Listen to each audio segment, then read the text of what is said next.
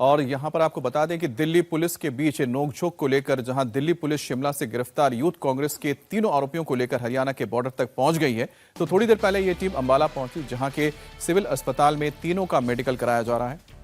दरअसल कल रात कई घंटे तक हिमाचल और दिल्ली पुलिस के बीच नोकझोंक देखने को मिली। मामला एआई समिट के दौरान हंगामा करने वाले कांग्रेस कार्यकर्ताओं की गिरफ्तारी से जुड़ा हुआ है, जिसे लेकर दो राज्यों की पुलिस के बीच हाईवे पर जबरदस्त बहस हुई।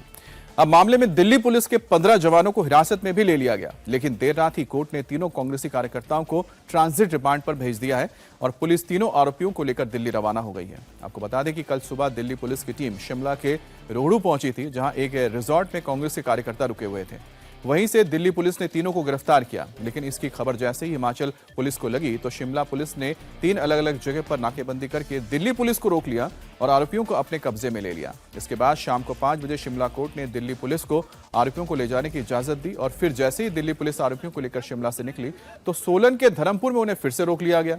बीच हाईवे पर जमकर बहस हुई, पुलिस वालों को हिरासत में ले लिया गया और बाद में कोर्ट ने फिर आरोपियों को ट्रांजिट रिमांड पर भेज दिया। तो ये तस्वीरें देख रहे हैं कि किस तरह से दिल्ली पुलिस की टीम पहुंची थी हिमाचल प्रदेश में, जहां पर एआई समिट में यूथ कांग्रेस के कार्यकर्ता जिन्होंने शर्टलेस होकर हंगामा किया था, उनकी धरपकड़ के लिए पुलिस दबिश दे रही थी। इस दौरान उनको पता लगा कि हिमाचल प्रदेश में कुछ आरोपी छुपे हुए। जब लेकर इन्हें आ रही थी दिल्ली पुलिस तो उन्हें शिमला की पुलिस और हिमाचल प्रदेश की पुलिस ने रोका और उस दौरान किस तरह से दोनों ही तरफ के पुलिस वालों में बहस हुई आपको सुनाते हैं।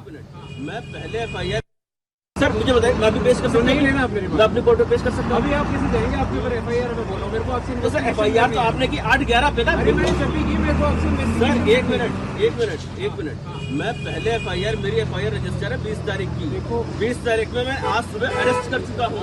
अरेस्ट करके मैं ले जा रहा हूँ जहाँ मुझे आपने रोक रखा है पूरे दिन भर से, और अब मुझे नाके पे आप रोक रहे हैं। सबसे बड़ा काम की बात कर रहे हैं आपके ऊपर एफआईआर कोऑपरेट करिए सर, मेरे को जांच करिए, मेरे को जांच करिए। मैं आपको यही बोलूँगा, ठीक है? मैं आपको ये बोलूँगा देखो, मैंने जो सुनना मैंने आपकी बात सुन ली, ठीक है? मैंने जब आपको सुबह ही बोला था आपके पास कोई लीगल डॉक्यूमेंट नहीं है, आप लोगों को लेके जा रहे हैं, आपके पास एक भी डॉक्यूमेंट आपने अपना देखा है? मैंने देख लिया, मैंने कहाँ देख लिया? एक आपने डॉक्यूमेंट नहीं दिखाया सर। अभी देख लीजिए, अभी देख लीजिए।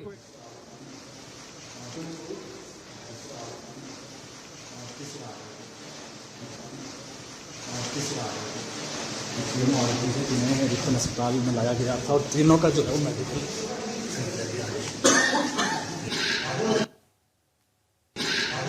कार्रवाई करनी है, वो मुझे कार्रवाई सर हम यहीं बैठे। हाँ आ जाओ सर, मुझे बताइए, मैं भी पेश कर सकता हूं? नहीं लेना आपने, मैं अपनी कोर्ट में पेश कर सकता हूं? अभी आप किसी देंगे आपके ऊपर एफआईआर में बोलो मेरे को आपसे। तो सर एफआईआर तो आपने की 8/11 पे था। मैंने जब भी की मेरे को आपसे सर एक मिनट मैं पहले एफआईआर, मेरी एफआईआर रजिस्टर है 20 तारीख की। देखो 20 तारीख में मैं आज। और इस पूरी खबर पर मेरे साथ मेरे 3 सहयोगी भी जुड़ गए। अंबाला से पुनीत परिंजा है, कुमार सोनू है और हमारे साथ अतुल भाटिया भी दिल्ली से जुड़ गए। सबसे पहले पुनीत, अब आपका रुख करना चाहते हैं, फिलहाल दिल्ली पुलिस की टीम कहां तक पहुंची है, इसका अपडेट दीजिए। और दूसरी बात है, जो हम वीडियो दिखा रहे हैं इसमें बड़ा कंफ्यूजन है कि आखिरकार एक पुलिस दूसरे पुलिस वाले को गिरफ्तार कर रही है, एफआईआर कर रही है, जबकि आरोपियों को ले जाने का हक दिल्ली पुलिस के पास है।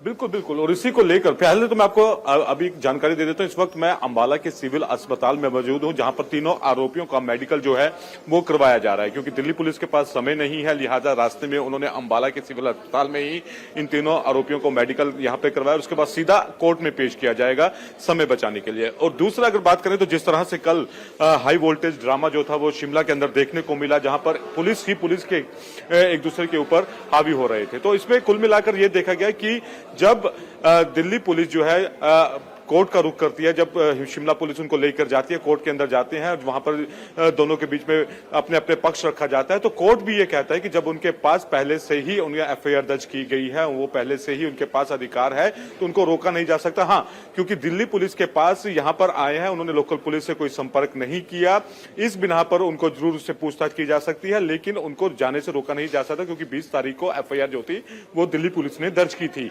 इसी बिना पर दिल्ली पुलिस को जाने की इजाजत जो है वो दी है हिमाचल कोर्ट के द्वारा, और उसके बाद अब सारी राज्य हाई वोल्टेज ड्रामा चलता है, और उसके बाद अब अंबाला के अंदर मेडिकल करवाया जा रहा है। चलिए पुनीत, आपने ताजा अपडेट दे दिया कि इस वक्त जो तीनों आरोपी हैं जिनको हिमाचल प्रदेश से दिल्ली पुलिस ने गिरफ्तार किया है, उन्हें अंबाला में इस वक्त मेडिकल करवाया जा रहा है और उसके बाद फिर उन्हें दिल्ली लाया जाएगा, कोर्ट में पेश किया जाएगा सीधे, क्योंकि मेडिकल पहले करवा रहे हैं ताकि वक्त बच सके। लेकिन ये जो पूरा हाई वोल्टेज ड्रामा हुआ था, इसको एक बार फिर से आप देखिए, सुनिए, तो आप समझेंगे कि दोनों ही तरफ से दो पुलिस वाले आपस में बहस कर रहे हैं और मुद्दा क्या है, क्योंकि आरोपियों को दिल्ली पुलिस लेकर आ रही थी।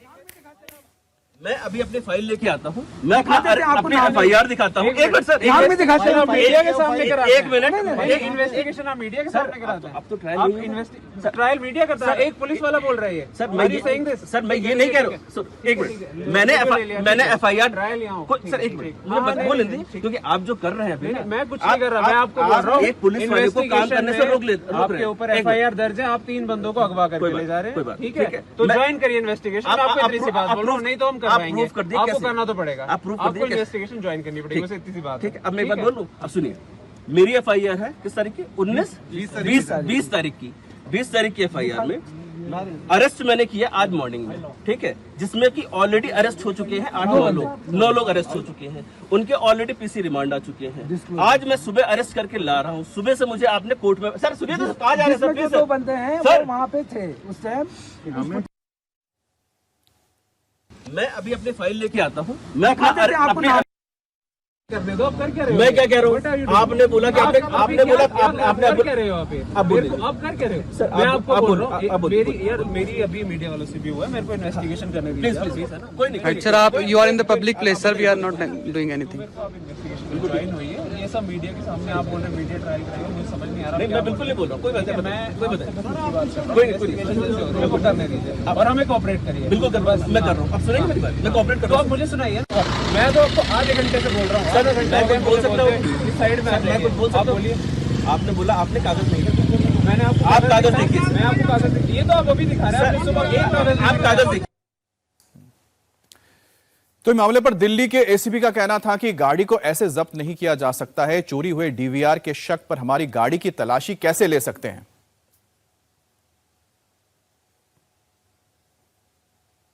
सर, आप यू आर इन द बोला कि सीजर नंबर दे दीजिए अगर आपने वैकेंसीज किया तो। पहले वो कह रहे थे सीज किया है, वो है अभी नहीं इनके पास ना, कर नहीं सकते ना सर। ऑलरेडी हमने जो चीज ऑलरेडी DVR हमने सीज कर रखा है, और आप उसके सस्पेशन पे कि DVR चोरी हुआ है, which was already seized by us, हमने डॉक्यूमेंट अप्लाई कर रखा है। अब उसको सर्च करने के लिए मेरी गाड़ी कैसे सर्च कर सकते हैं? पॉसिबल नहीं। अब आप सभी लोग जा रहे हैं वापस? नहीं है, ठीक है, हमें मेरे पास अक्यूज बैठा हुआ है, हर गाड़ी में एक अक्यूज है, सिक्योरली प्रोड्यूस करना है उसको, दैट्स इट। प्लीज अब इसको छोड़ दो, वो भी काम कर रहे हैं हम। तो यहां पर आप सुन रहे थे कि बताया जा रहा था किस तरह से इस पूरे मामले पर बहसबाजी शुरू हुई। अब दिल्ली में AI समिट को लेकर लगातार जो हंगामा हो रहा है, उसमें बीजेपी ने एक बार फिर से राहुल गांधी को घेर लिया है। बीजेपी ने राहुल गांधी की तुलना 2020 दंगे के आरोपी ओमर खालिद से की है और दिल्ली बीजेपी ऑफिस के बाहर एक पोस्टर लगाया है। यह होर्डिंग बीजेपी प्रवक्ता RP सिंह ने लगाए हैं, जिसकी हेडलाइन क्या है, एक अराजक तरीका, देशद्रोही के अलग अलग चेहरे। तो यहां पर आप देखिए किस तरह से CA प्रदर्शन में ओमर खालिद का यहां पर फोटो लगाया गया, तस्वीर लगाई गई है कार्टून के जरिए, और दूसरी तरफ यहां पर राहुल गांधी की भी तस्वीर लगाई गई है। तो कुल मिलाकर इस वक्त एक पोस्टर वॉर शुरू हो गया है ओमर खालिद और दूसरी तरफ राहुल गांधी को लेकर। किस तरह से AI समिट में शर्टलेस होकर जो प्रदर्शन किया गया था, उसके बाद लगातार बीजेपी और कांग्रेस के बीच ये राजनीतिक खींचतान चल रही है।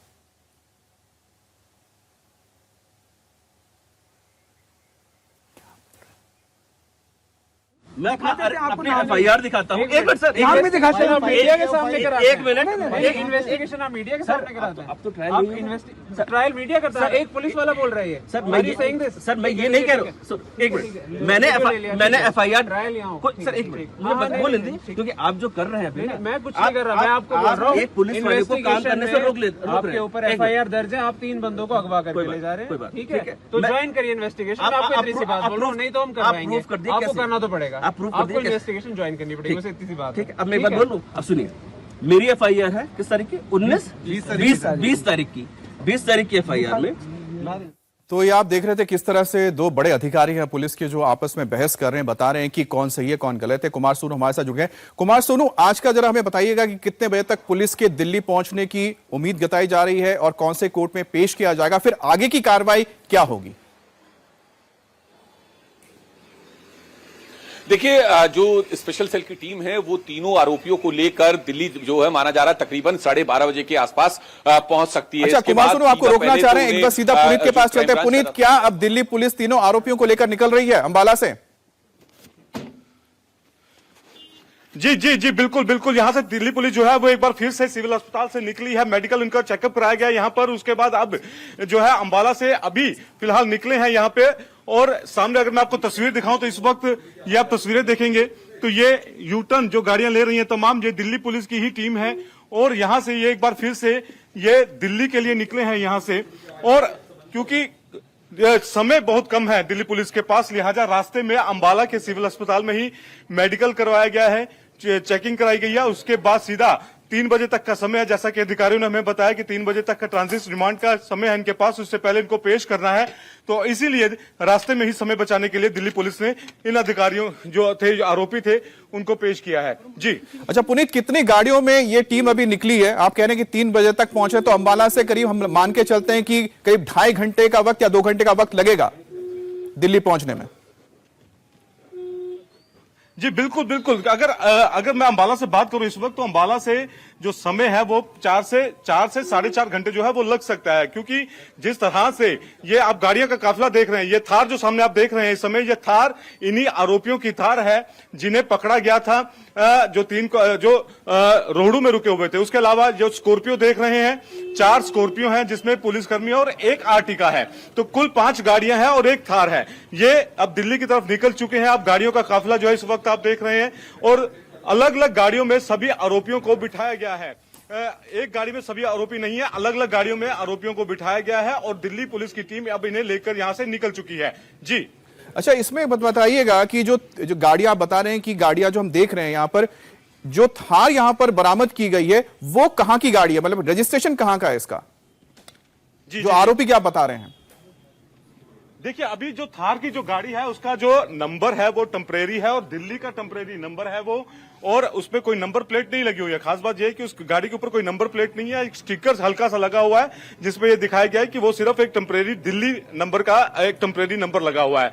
बहरहाल अलग अलग गाड़ियों के अंदर तीनों आरोपियों को रखा गया है। एक आरोपी ये थार जो देख रहे हैं जिसका हम जिक्र कर रहे थे, तो मैं अपने कैमरा पर्सन कुमार विक्की से कहूंगा कि एक बार जो नंबर प्लेट है उस पर अगर आप वो फोकस करें तो आप देख सकते हैं कि नंबर नहीं है, एक हल्की सी व्हाइट कलर की स्लिप आपको नजर आएगी जिसके ऊपर DL लिखा हुआ। तो इससे यह साबित होता है कि दिल्ली की ये गाड़ी जो है वो यहां से निकाली गई है और बाकी कोई नंबर प्लेट इस गाड़ी पे नहीं है। एक आरोपी इस थार गाड़ी के अंदर है और बाकी के 2 आरोपी अलग अलग पुलिसकर्मियों के साथ बैठे हुए हैं, और ये वही थार गाड़ी है जिसमें आरोपी जो थे वो शिमला पहुंचे थे, वहां पर रुके हुए थे। कल सुबह बुधवार को अर्ली मॉर्निंग दिल्ली पुलिस वहां पर दबिश देती है और उसके बाद इन आरोपियों को वहां से गिरफ्तार किया जाता है। और उसके बाद जो भी ड्रामेबाजी होती है वो सबने देखी वहां पर कि किस तरह से हिमाचल पुलिस जो थी उन्होंने ना सिर्फ 3 जगह पे नाके लगाए हुए थे। पहला जो नाका था वो ISBT शिमला में लगाया गया था जहां पर एक गाड़ी को रोका जाता है, और उसके बाद दूसरा जो नाका था वो शोगी में था, और तीसरा जो नाका था वो धर्मपुर में था। उसके बाद अपने तीनों आरोपियों को वहां से दिल्ली पुलिस के चंगुल से छुड़ाने के बाद रिपन अस्पताल है वहां पर लेकर जाते हैं, वहां पर इनका मेडिकल करवाया जाता है, कोर्ट में पेश होते हैं, कोर्ट में इजाजत दे दी जाती है, लंबी बहस चलती है, देर रात दोबारा रोक लिया जाता है। तो ये तमाम जो नौटंकी है ये सारी कल जो दोपहर से शुरू हुई और देर रात तक चलती रही। आज सुबह फिलहाल अभी आप देख सकते हैं कि अब आरोपियों को लेकर अंबाला से दिल्ली पुलिस जो है अब निकली है और इनकी कोशिश यही है कि जल्द से जल्द दिल्ली में अदालत में इनको पेश किया जाए। अच्छा पुनीत, ये जो DVR की बार बार बात चल रही है कि DVR चेक करना है, जिस DVR को लेकर गई थी दिल्ली पुलिस, जो हिमाचल पुलिस आरोप लगा रही है, ये कौन सा DVR है? क्या है इस DVR में? किस तरह की क्या कोई सबूत है? क्या ये DVR उस केस से जुड़ा हुआ है जिस केस को लेकर गिरफ्तारियां हुई हैं? जी बिल्कुल, ये DVR जो है ये उस रिजॉर्ट का है जहां पर ये तीनों आरोपी रुके हुए थे, और पुलिस सबूत के तौर पर इस DVR को अपने साथ लेके गई है कि कब से ये आरोपी यहां पर ठहरे हुए थे, कितने दिन यहां पर हो गए, कौन कौन मिलने आ रहा था। ये तमाम जो उस DVR के अंदर कैद है, और इसी DVR को हासिल करने के लिए हिमाचल पुलिस जो है वो लगातार दबाव बना रही थी। बहरहाल लेकिन वो DVR हासिल तो कर नहीं पाई है, क्योंकि दिल्ली पुलिस का यह कहना था कि इसके अंदर तमाम सबूत हैं, इनको साक्ष्य के तौर पर कोर्ट में पेश किया जाएगा कि ये कब से रुके हुए थे, कौन कौन इनसे मिलने मिलने आ रहा था, क्या वजह थी कि इनको इतनी दूर, क्योंकि ये हिमाचल के रहने वाले नहीं है, ये मध्य प्रदेश और उत्तर प्रदेश के रहने वाले हैं। और क्यों ये वहां पर गए, क्योंकि वहां पर कांग्रेस की सरकार थी, इसलिए उनको वहां पर शरण दी गई। और कल जिस तरह से हमने देखा कि हिमाचल पुलिस जो थी वो इनको बचाने की कोशिश कर रही थी लगातार, उससे ये स्पष्ट हो गया कि वाकई में एक सोची समझी साजिश के तहत ही इनको हिमाचल शिफ्ट किया गया था, जहां पर जिस जगह पर कांग्रेस सरकार थी, एआई समिट में जिन लोगों ने बवाल किया उनको छुपाने के लिए ऐसी जगह पर छुपाया गया जहां पर हिमाचल कांग्रेस की सरकार है। तो ये आप तस्वीरें इस वक्त आप देख रहे हैं कि ये जो जीटी रोड है उस पर दिल्ली पुलिस का काफिला जो है वो चल चुका है। और अब यहां से दिल्ली पुलिस जो है दिल्ली के लिए रवाना हो चुकी है, शहर से बाहर निकल आए हैं हम इस वक्त। तो डीवीआर की अगर हम बात करें यहां पर, तो डीवीआर के अंदर इसी वजह से दिल्ली पुलिस ने उसको अपने कब्जे में लिया है। और क्यों कि उसमें तमाम ऐसे सबूत हैं कि कौन कौन इनसे मिलने आ रहा था और ये कब से यहां पर रह रहे थे। इस डीवीआर को कोर्ट में एक साक्ष्य के रूप में पेश किया जाएगा। पुनीत, ये तमाम सबूत है, उन्हीं सबूतों को कोर्ट में पेश करना चाहती है पुलिस। लेकिन ये जो पूरा हाई वोल्टेज ड्रामा हुआ, इसी बीच शिमला पुलिस ने इस विवाद को लेकर एक प्रेस नोट जारी किया, जिसमें कहा गया कि आज सुबह शिमला पुलिस को यह सूचना प्राप्त हुई थी कि करीब 15-20 अज्ञात लोग सादे कपड़ों में गाड़ी में सवार होकर आए और वे चिरगांव के मांडली के एक रिजॉर्ट में ठहरे। 3 लोगों को जबरन उठाकर ले गए। उन गेस्ट की एक गाड़ी थार को भी वो अपने साथ ले गए। इसके अतिरिक्त शिकायतकर्ता के चांशल रिजॉर्ट में लगे सीसीटीवी कैमरों का डीवीआर भी बिना फर्द या रसीद दिए अपने साथ वो लेकर चले गए। और इस मामले में शिमला पुलिस द्वारा थाना चिरगांव में मुकदमा दर्ज करके कानून के मुताबिक कार्रवाई की जा रही है। और हमारे साथ अतुल भाटिया जुड़ गए हैं। अतुल, ये जो पूरा हम मामला देख रहे हैं यहां पर, क्या ये कानूनन तौर पर हो सकता है कि दिल्ली पुलिस जिसके पास वारंट होगा, कोर्ट की ओर से ऑर्डर्स भी होंगे इन आरोपियों को पकड़ने के लिए, दूसरी तरफ जो हिमाचल प्रदेश की पुलिस है उनके ऊपर अलग से कार्रवाई कर सकती है?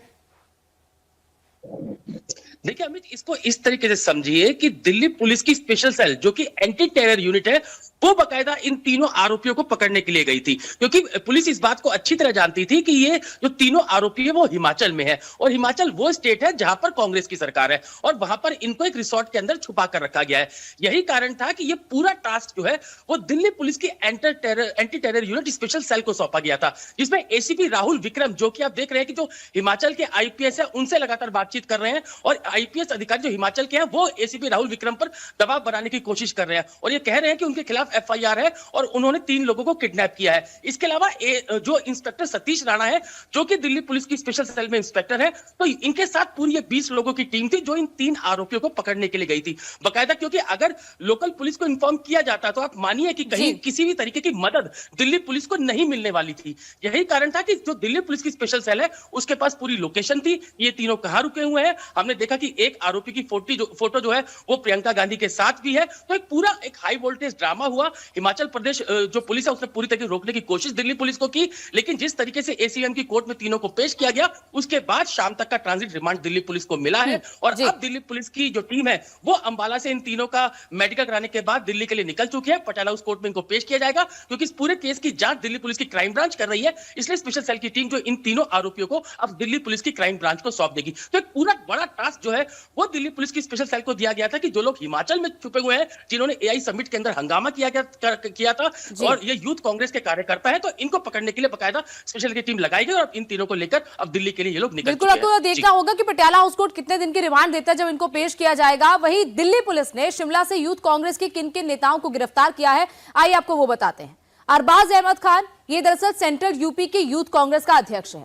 इसके अलावा दिल्ली पुलिस ने सौरभ और सिद्धार्थ को भी अरेस्ट किया है। ये तीनों भारत मंडपम में शर्टलेस प्रोटेस्ट में शामिल थे। कुमार सोनू भी हमारे साथ जुड़े हुए हैं। कुमार सोनू, जिस तरीके से ये पूरा मामला चल रहा है और जो प्रेस रिलीज जारी की गई है शिमला पुलिस की, वो भी हमने पढ़ी, उसमें एक भी ऐसा जिक्र नहीं है कि ये दिल्ली पुलिस के लोग थे, दिल्ली पुलिस के ऑफिसर्स थे जो वहां पर पहुंचे थे। तो सिर्फ ऐसा कहा गया कि 15-20 लोग सादे कपड़े में आए, यानी कि उन्होंने बिल्कुल भी कंसीडर नहीं किया कि ये दिल्ली पुलिस थी जो वहां पर गई थी और 3 लोगों को अरेस्ट करने गई थी। ऐसा उसमें लिखा है कि 3 लोगों को उठा कर ले गए। देखिए बिल्कुल, और ऐसा नहीं है मैं ये कहूं कि शिमला पुलिस को इस बात की जानकारी नहीं थी कि जिनके ऊपर आरोप लगाया जा रहा है वो दिल्ली पुलिस की टीम है। शिमला पुलिस को बखूबी ये पुलिस जानती थी, लेकिन क्योंकि जैसा मैंने कहा कि हिमाचल प्रदेश में कांग्रेस की सरकार है और केंद्र में जो है वो बीजेपी की सरकार है, तो ये पूरा पॉलिटिकल इसको डाइवर्ट करने की कोशिश की गई है, क्योंकि जो आरोपी हैं वो आईवाईसी यानी इंडियन यूथ कांग्रेस के कार्यकर्ता हैं, उनके नेता हैं। फिलहाल आपको बता दें कि लगातार 3 बार जो है अलग अलग जगह बैरिकेड लगाई गई, एक शिमला में, उसके बाद आईएसबीटी, उसके बाद जो शोगी चौक पोस्ट है वहां पर रोका गया। इसके अलावा तीसरा एक और पोस्ट बनाया गया जहां पर एक गाड़ी 2 अलग अलग पोस्ट पर रोकी गई, 2 गाड़ी एक जगह रोकी गई, जबकि पुलिस जो है दिल्ली पुलिस लगातार ये रिक्वेस्ट करती रही शिमला पुलिस से, शिमला के पुलिस के आला अधिकारियों से कि उन्होंने इन्हें अरेस्ट कर लिया, उनके पास एफआईआर है, तमाम डॉक्यूमेंट हैं और इनको जो है कोर्ट पे पेश करना है। लेकिन शिमला पुलिस क्योंकि इस बात पर अड़ी रही, कहीं ना कहीं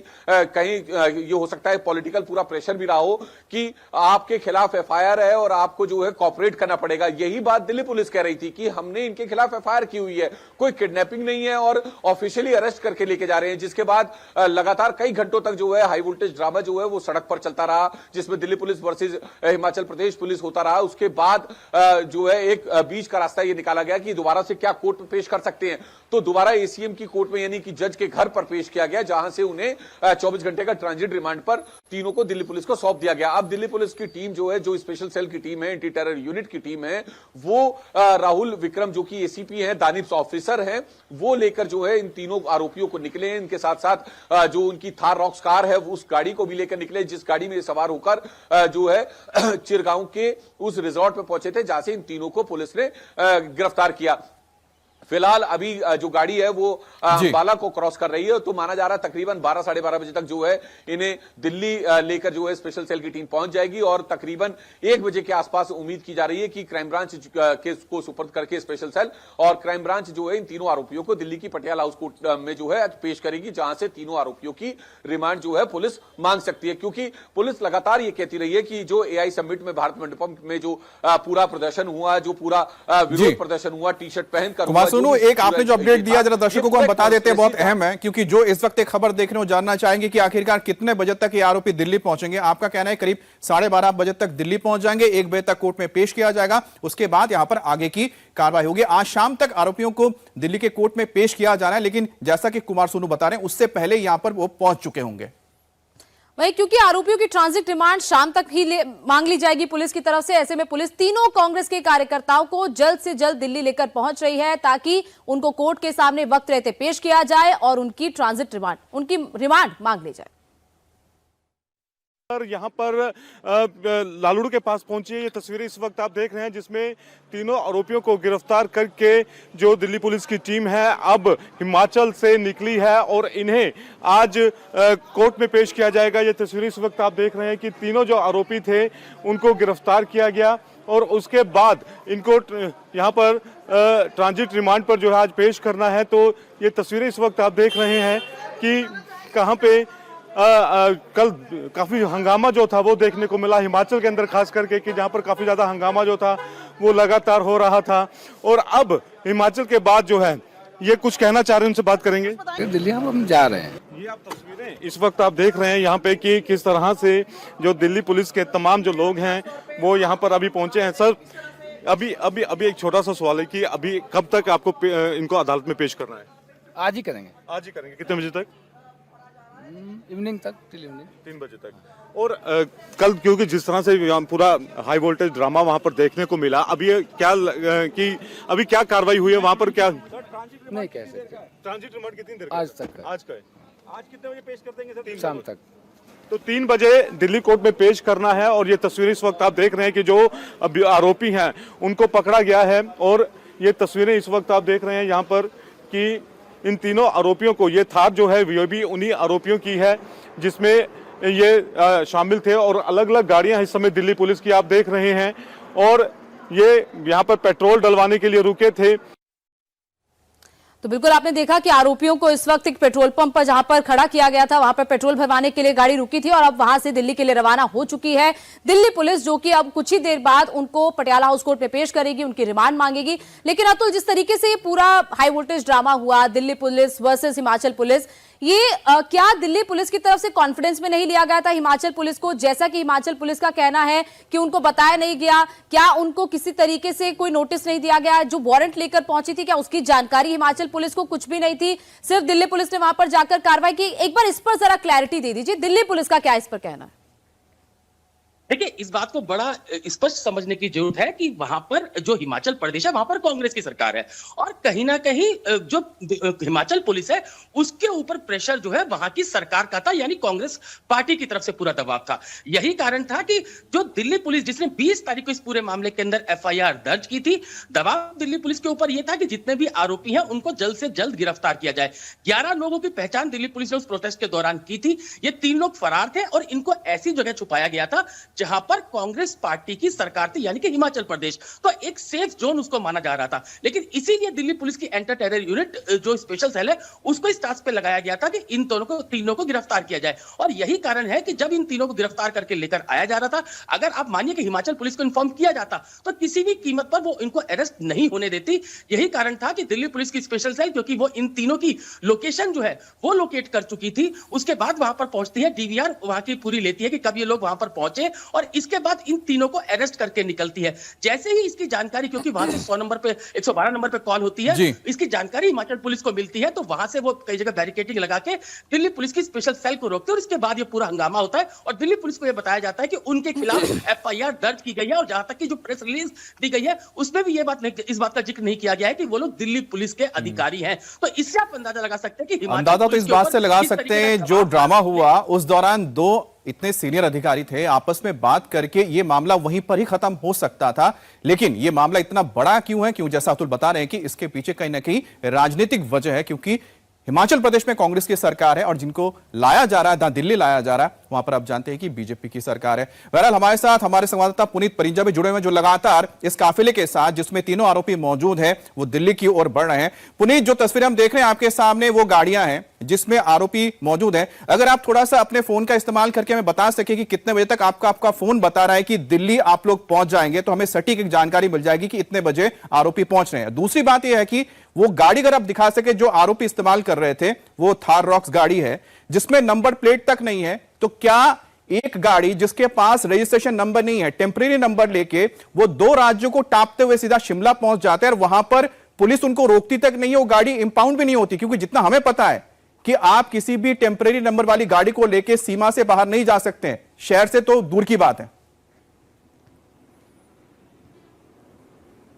बिल्कुल बिल्कुल, थार की अगर मैं बात करूं तो थार को मैं दिखाने की कोशिश यहाँ पे जरूर करूंगा यहाँ पे, तो क्योंकि काफिला जो है वो काफी तेजी से चल रहा है और गाड़ियां आगे पीछे हैं, तो अभी जो गाड़ी है थार वो पीछे फंसी हुई है। बहरहाल मैं आपको मैप के जरा रूट निकालने की कोशिश कर रहा हूँ कि पटियाला हाउस कोर्ट में पहुंचने में कितना टाइम जो है वो यहां से लगेगा, तो ये मेरी एक कोशिश मैं यहाँ पे जरूर कर रहा हूँ। और बाकी आप ये तस्वीर देख रहे हैं कि ये अलग अलग जो अभी ये आप सामने हरियाणा नंबर की स्कॉर्पियो गाड़ी देख रहे हैं, इसमें भी दिल्ली पुलिस के स्पेशल सेल की जो टीम है वो सवार है।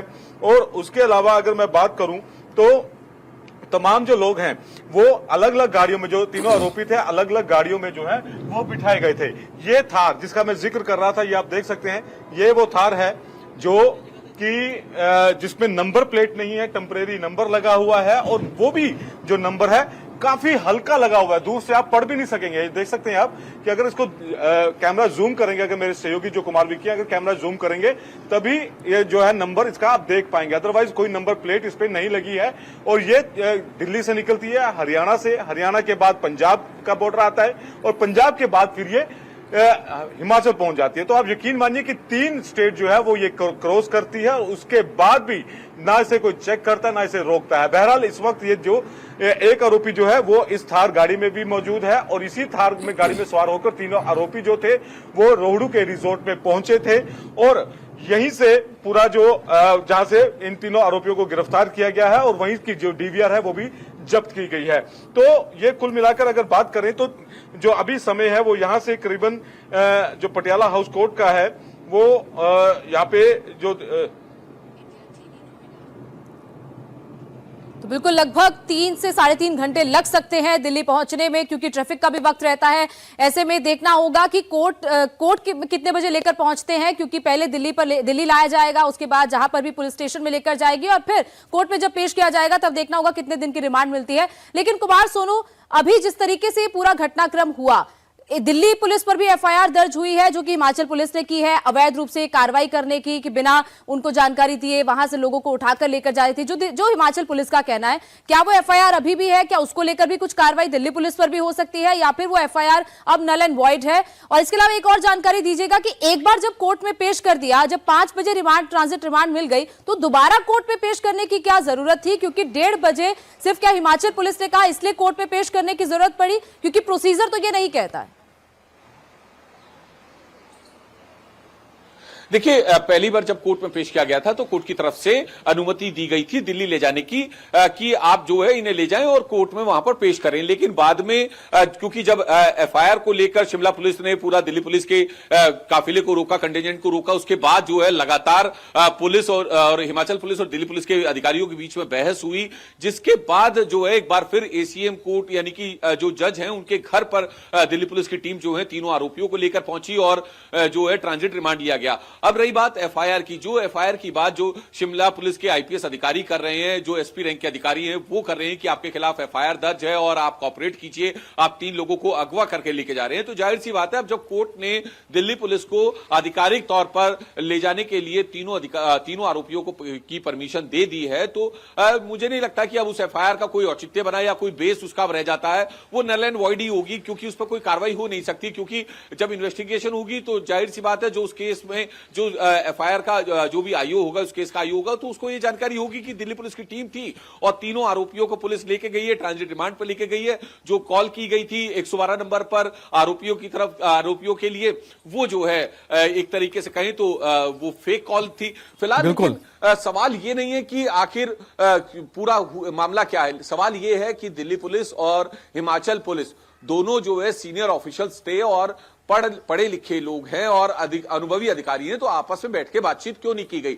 जैसा मैंने पहले भी कहा, क्योंकि हिमाचल प्रदेश में कांग्रेस की सरकार है और जो तीनों आरोपी हैं वो आईवाईसी यानी इंडियन यूथ कांग्रेस के कार्यकर्ता हैं। एआई समिट से में हुए प्रदर्शन से जुड़ा मामला है, जिसको राहुल गांधी अपना समर्थन दे चुके हैं।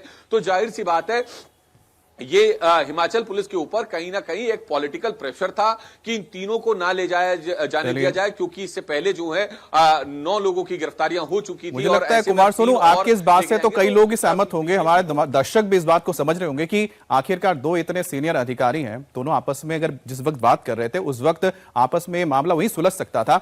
लेकिन साथ में तो एक सवाल सबके जहन में भी हमारे भी आ रहा है गोनी का, कि गाड़ी जिसका नंबर प्लेट तक नहीं है, टेम्परेरी नंबर लेके वो पूरे हिमाचल के शिमला से लेके पता नहीं कौन कौन सी जगह घुस रही है। पुलिस को दिल्ली पुलिस के लोग सादी वर्दी में नजर आते हैं, जो पुलिस उनको दिखती नहीं, वो कहते हैं कि अज्ञात लोग हैं, लेकिन बिना नंबर प्लेट की गाड़ी वहां पर घूम रही है, उस पर कोई कार्रवाई तक नहीं होती है। ये अपने आप में भाई सवाल खड़े करता है। बहुत बहुत शुक्रिया आपका, इसी खबर पर आप नजर बनाए रखें, आगे आपके पास अपडेट के लिए आएंगे। वहीं पॉक्सो एक्ट में फंसे स्वामी अभयमुक्तेश्वरानंद की मुश्किलें बढ़ने वाली हैं। प्रयागराज पुलिस के सूत्रों के मुताबिक दोनों नाबालिगों के बयान जज के सामने दर्ज हो गए हैं। दोनों नाबालिगों ने यौन शोषण की पुष्टि की। नाबालिगों के मेडिकल रिपोर्ट में भी यौन शोषण की पुष्टि हुई है।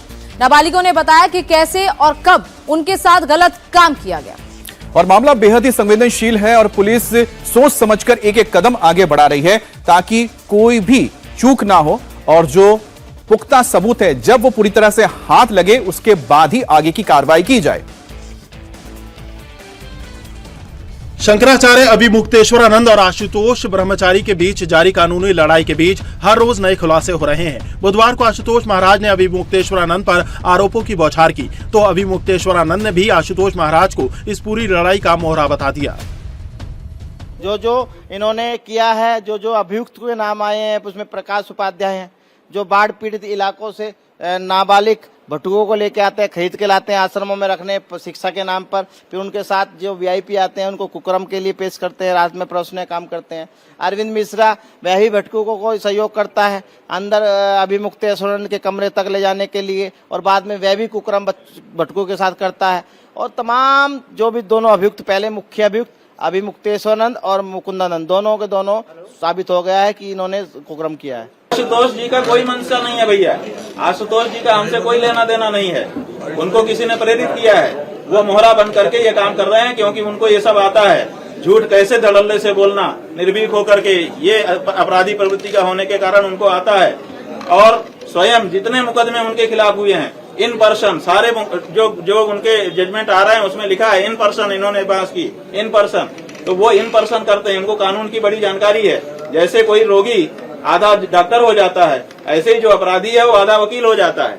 तो वो कानून के जानकार हैं और धड़ल्ले से झूठ बोल लेते हैं, फरेब कर लेते हैं। इस गुण का उपयोग करके उनसे कोई न कोई उनको मोहरा बना करके काम कर रहा है। प्रयागराज के झूसी थाने में पॉक्सो एक्ट के तहत मामला दर्ज होने और पीड़ितों का मेडिकल होने के बाद प्रयागराज पुलिस के सूत्रों के मुताबिक बुधवार को दोनों नाबालिग लड़कों का जज के सामने बयान दर्ज कराया गया है। अपने बयान में दोनों नाबालिग बटुकों ने वही आरोप दोहराए हैं जो उन्होंने पुलिस के सामने अभिमुक्तेश्वर आनंद पर लगाए थे। ऐसे में जहां अभिमुक्तेश्वर आनंद की मुश्किलें बढ़ गई हैं, तो वहीं इलाहाबाद हाईकोर्ट ने उनकी अग्रिम जमानत याचिका पेंडिंग है। केस को लेकर स्वामी अभिमुक्तेश्वर आनंद ने कहा कि हाईकोर्ट में उनकी याचिका लिस्ट हो गई है। अब सवाल उठता है कि अभिमुक्तेश्वर आनंद को इस मामले में राहत मिलेगी या फिर उन्हें जेल जाना पड़ेगा। माननीय न्यायालय के आदेश में दोनों बटुकों का करा लिया गया। दोनों मेडिकल रिपोर्ट में पूरी की पूरी रिपोर्ट में साफ साफ लिखा है कि ये कुक्रम करता था और सारी की चीज उसमें आ गई। तो तमाम वहां कुक्रम हुए। वहां की एक महिला मित्र जो इनकी सखी बनी हुई है, वह साउथ की महिला है। क्यों साउथ की महिला साथ रखते हो भाई? किसने बताया संत को अपने साथ महिला 24 घंटे रखने के लिए? और इतना ही नहीं, उन छोटे छोटे बच्चों को ले जाने के लिए। बात यह है कि जब वो बच्चा हमारे पास आया ही नहीं, हमने अभी आपको बताया कि हमारे अधिवक्ताओं ने बता दिया कि सारे प्रमाण इकट्ठे हो गए, वो बच्चे उसी के पास थे, आपके पास नहीं थे। तो इसका मतलब है कि उसके साथ अगर यौनाचार हुआ है, यौन दुष्कृत्य हुआ है, तो वो जिसके पास थे उसी ने किया है। ऐसा है कि हाई कोर्ट में केस लिस्ट हो गया है। कब सुनवाई? उसकी कभी भी सुनवाई होगी। लिस्ट हो गया है। आशुतोष ब्रह्मचारी ने अभिमुक्तेश्वर आनंद पर अपने आश्रम में महिला मित्र रखने का आरोप लगाया था, जिसको लेकर लेखिका भूमिका द्विवेदी ने कहा कि वो कभी अभिमुक्तेश्वर आनंद से नहीं मिली और ना ही वो उसे जानते हैं। हालांकि भूमिका ने ये जरूर माना कि वो अभिमुक्तेश्वर आनंद के आश्रम में गई थी। और पीएम मोदी के इजराइल दौरे का आज दूसरा दिन है। आज पीएम मोदी इजराइल के पीएम बेंजामिन नेतन्याहू के साथ डेलीगेशन लेवल की टॉक करेंगे, जिसमें कई डील्स होने की संभावना है और आज हथियारों के जॉइंट प्रोडक्शन की संभावना है डील हो जाने की। तो आज इजराइल के राष्ट्रपति से भी पीएम मोदी की मुलाकात होगी और इससे पहले यात्रा के पहले दिन पीएम मोदी ने इजरायली संसद नेसेट को संबोधित किया। इस दौरान उन्हें संसद का सर्वोच्च सम्मान speaker of the Knesset medal दिया गया। नेसेट को संबोधित करते हुए पीएम मोदी ने इजराइल पर हमास के हमले की निंदा की, तो आतंकवाद को लेकर भारत की जीरो टॉलरेंस पॉलिसी का भी जिक्र किया। और पीएम के भाषण के दौरान कई बार सांसदों ने स्टैंडिंग ओवेशन भी दिया। यहां तक कि जब प्रधानमंत्री मोदी ने अपना भाषण खत्म किया, उसके बाद मोदी मोदी के नारे इजराइल की संसद के अंदर लगे। कुछ सुनिए।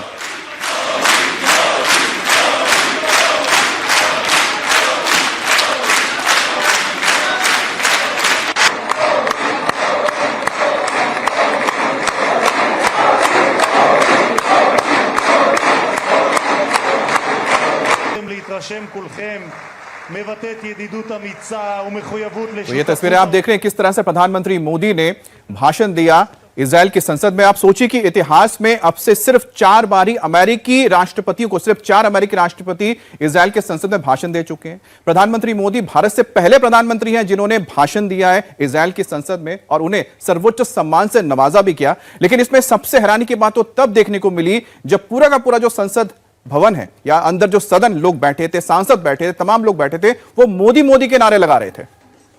वहीं पीएम मोदी के साथ डिनर से पहले इजराइल के पीएम बेंजामिन नेतन्याहू ने हिंदी में ट्वीट किया। एक्स पोस्ट पर खुद की भारतीय परिधान में एक तस्वीर डाली और लिखा कि हमारे संयुक्त रात्रि भोज से पहले मैंने पारंपरिक भारतीय पोशाक पहनकर अपने मित्र प्रधानमंत्री मोदी को चौंका दिया।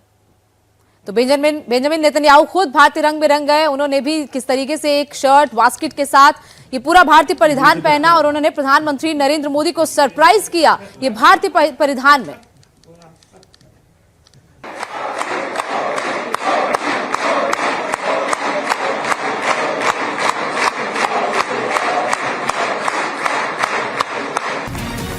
इजराइल की संसद में मोदी मोदी की गूंज। भारत के प्रधानमंत्री को इजराइल की संसद का सबसे बड़ा सम्मान और पीएम मोदी के सम्मान में तालियों की गड़गड़ाहट की ये तस्वीरें।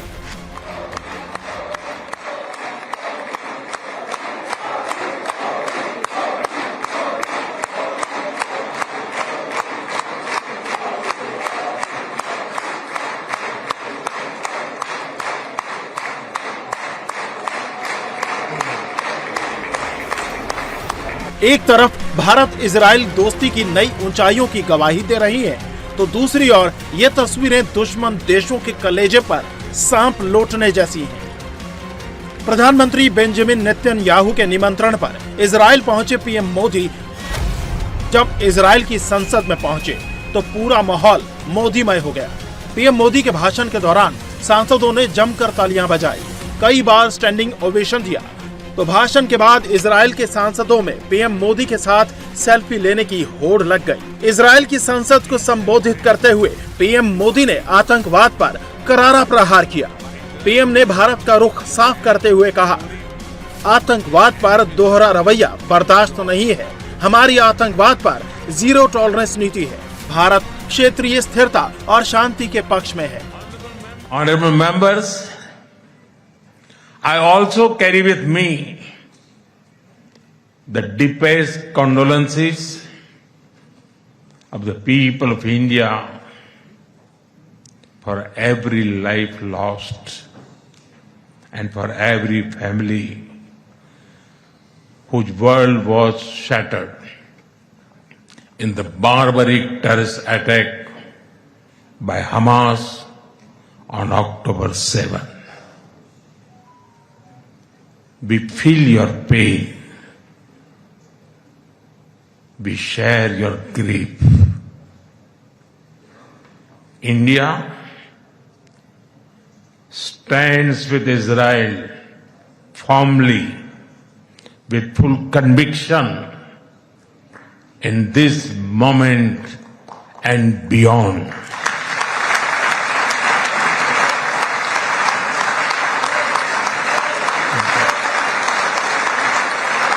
No cause can justify the murder of civilians. Nothing can justify terrorism. India has also endured the pain of terrorism for a long time.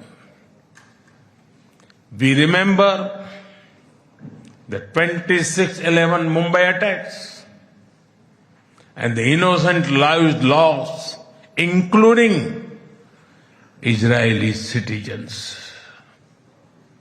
Like you, we have consistent and uncompromising policy of zero tolerance for terrorism with no double standards. Terrorism aims to destabilize societies, to block development, and to erode trust. Countering terrorism requires sustained and coordinated global action because terror anywhere threatens peace everywhere. That is why India supports all efforts that contribute to durable peace and regional stability. अपने संबोधन में PM Modi ने Israel के साथ अटूट रिश्ते से लेकर सांस्कृतिक एकता की बात की, तो उससे पहले इजराइल के पीएम नेतन्याहू ने संसद में पीएम मोदी को दोस्त से आगे बढ़कर अपना भाई बताया और पीएम मोदी के गले मिलने के स्टाइल की तारीफ करते हुए उसे मोदी हक का नाम दिया। पीएम मोदी की डिप्लोमेसी का असर वर्ल्ड लीडरशिप पर हो रहा है, तो वहीं सोशल मीडिया में भी मोदी मैजिक बरकरार है। पीएम मोदी ने इंस्टाग्राम फॉलोअर्स के मामले में दुनिया के सभी नेताओं को पीछे कर दिया है। इंस्टाग्राम के डेटा के मुताबिक पीएम मोदी इंस्टाग्राम पर 100 मिलियन फॉलोअर्स का आंकड़ा पार करने वाले दुनिया के पहले ग्लोबल लीडर बन गए हैं। और उनके आसपास दुनिया का कोई भी नेता नहीं है। पीएम मोदी के इंस्टाग्राम फॉलोअर्स अमेरिकी राष्ट्रपति डोनाल्ड ट्रंप से 2 गुने हैं। असल में दुनिया के 5 बड़े ग्लोबल लीडर्स के कुल फॉलोअर्स पीएम मोदी के अकेले फॉलोअर्स की गिनती से भी कम है। ये देखिए, हम दिखा रहे हैं आपको, प्रधानमंत्री मोदी के 100 मिलियन फॉलोअर्स हैं, डोनाल्ड ट्रंप के 43 से थोड़ा ज्यादा। उसके अलावा प्रबो सुबियांतो 15 मिलियन है, लूला डिसिल्वा ब्राजील के राष्ट्रपति है, इनके भी 4.4 मिलियन है, और तैयब एर्दोगान यानी तुर्की के राष्ट्रपति के 11.6 मिलियन फॉलोअर्स हैं। तो ये पूरी लिस्ट ये बताने के लिए काफी है कि प्रधानमंत्री मोदी की जो पॉपुलैरिटी है वो यंग जनरेशन के बीच में कितनी जबरदस्त है।